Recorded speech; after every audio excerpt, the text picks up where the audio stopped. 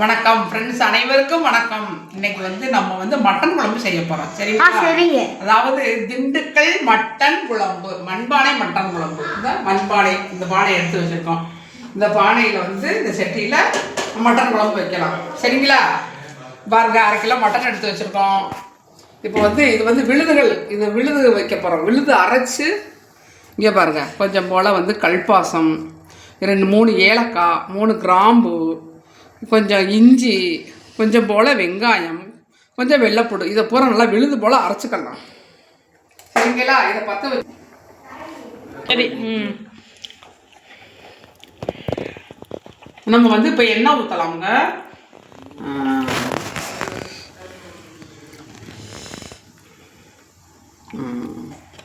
ஒரு 100-150 எண்ணெய் ஊற்றிக்கலாம்.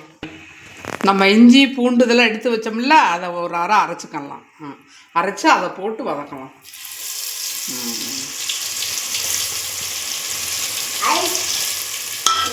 ஏன் தான் இங்கே நிற்கிறாங்க பாருங்க, நல்லா வதங்குது பாருங்க.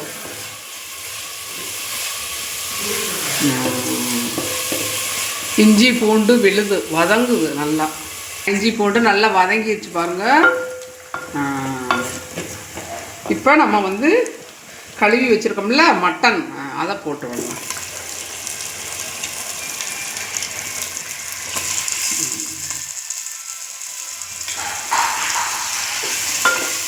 அதை போட்டு அதையும் நல்லா வதக்கிடணுங்க கொஞ்சம் நேரம். அதை நல்லா வதக்கிட்டு கிண்டி எடுத்துக்கணும்.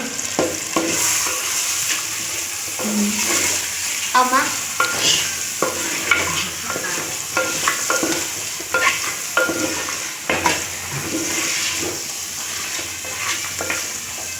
வதங்கிடுச்சு பாருங்க. இதை வதக்கி வச்சா தான் அந்த குழம்பு நல்லாயிருக்கும்.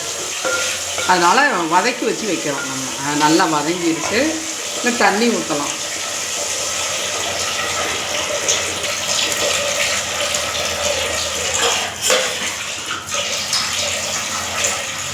சுமார் ஒரு 3/4 மணி நேரமாவது வேகணும் அது. ஏன்னா அப்போ தான் நல்லா வேகும். நல்லா வெந்தால் தான் மெதுவாக இருக்கும். வேகாமல் குழம்பு வச்சோம்னா அது சாப்பிட முடியாது. இந்த கொஞ்சம் ஊற்றியாச்சு, நல்லா வேகட்டும். அதுக்குள்ளே நம்ம அரைக்கிற ஜாமான்கள்லாம் நம்ம சரி பண்ணி கொஞ்சம் போல் உப்பு போட்டுக்கலாம். லேசாக போட்டுக்கிட்டா அப்புறம் கொஞ்சம் நல்லா போட்டுக்கலாம். போதும். நம்ம அது வரைக்கும் நம்ம இந்த இப்போ மிளகாய் மல்லி எல்லாம் வறுத்து அரைச்சிக்கிட்டு இருக்கலாம். ஓகே. மட்டன் எடுத்துருக்கோம்ல, சின்ன வெங்காயம், இவ்வளோ வெங்காயத்தை நல்லா கழுவி எடுத்து வச்சுக்கிட்டு இதை வதக்கிடலாம்.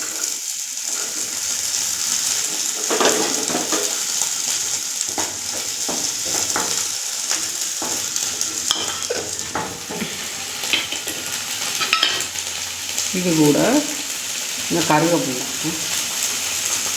போட்டுக்கலாம். இந்த கசகசா போட்டுக்கலாம். வரும் கசகசா.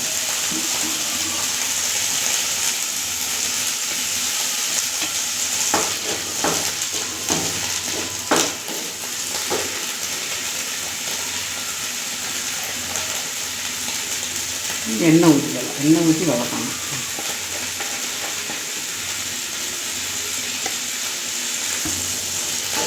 நம்ம இதை வதக்கிட்டு நம்ம இந்த கொஞ்சம் நம்ம வறுத்து அரைக்கலாம். என்னங்க? சரிங்களா? அந்த வறுத்து அரைக்கிறதுக்கு கொஞ்சம் அரிசி, கொஞ்சம் மிளகாய், கொஞ்சம் மல்லி, கொஞ்சம் சோம்பு, கொஞ்சம் சீரகம், இதை வறுத்து அரைச்சிக்கலாம்.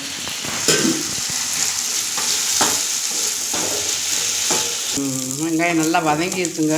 நம்ம இப்போ இதை இறக்கிட்டு நம்ம மல்லி மிளகாய் வறுத்துக்கலாம்.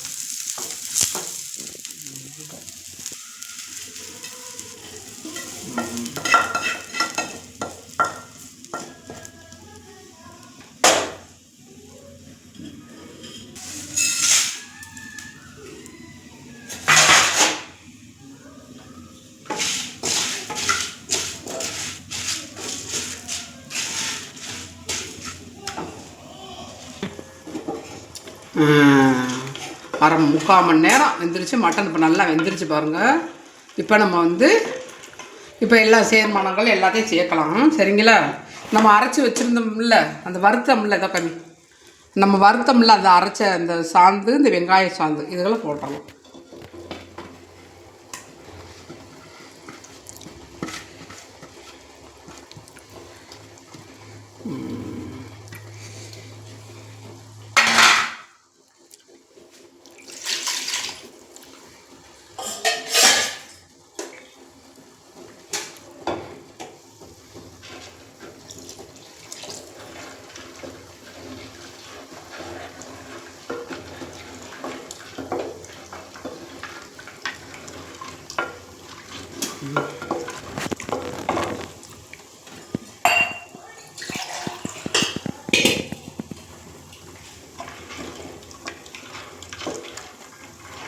போட்டுடலாம்.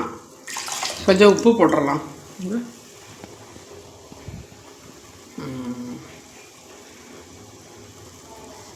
கொஞ்சம் உப்பு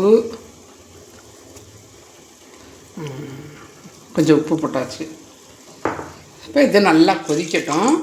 கொதிச்சதுக்கு பின்னாடி நம்ம கொஞ்சம் போல் தேங்காய் பட்டை சோம்பு இதை கொஞ்சம் அரைச்சி ஊற்றிக்கலாம். சரிங்களா? இன்னும் கொஞ்சம் கொதிக்கட்டும். இதெல்லாம் 2 தக்காளி பழம் பாருங்கள், இதான் கரைச்சி வச்சுருக்கேன்.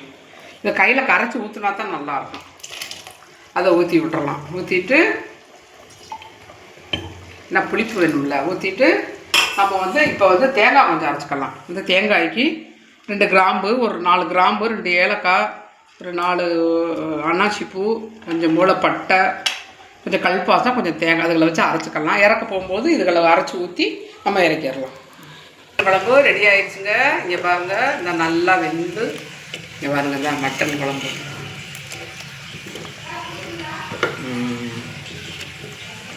குழம்பு பாருங்கள். வாங்க எல்லாம் சாப்பிட்லாம். சமையல் பண்ணி முடிச்சிட்டோம். மட்டன் குழம்பு ஓகே.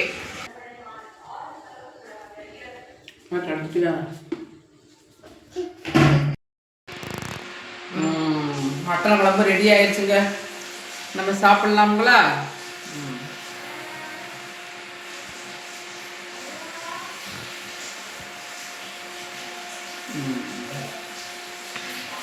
நல்லா இருக்கும். சிக்கன்லாம் பாருங்க நல்லா வந்துருச்சு. சிக்கன் மட்டன் நல்லா இருந்தது பாருங்க. முட்டை நல்லா இருக்கு. பிள்ளைகளுக்கு இது மாதிரி செஞ்சு கொடுங்க. உரப்பு இல்லாமல் கம்மியாக இருந்தால் அது நல்லா சாப்பிடுங்க. எல்லாம் நல்லா இருக்குங்க. இது மாதிரி செய்யுங்க. இது மாதிரி செய்யுங்க. நல்லா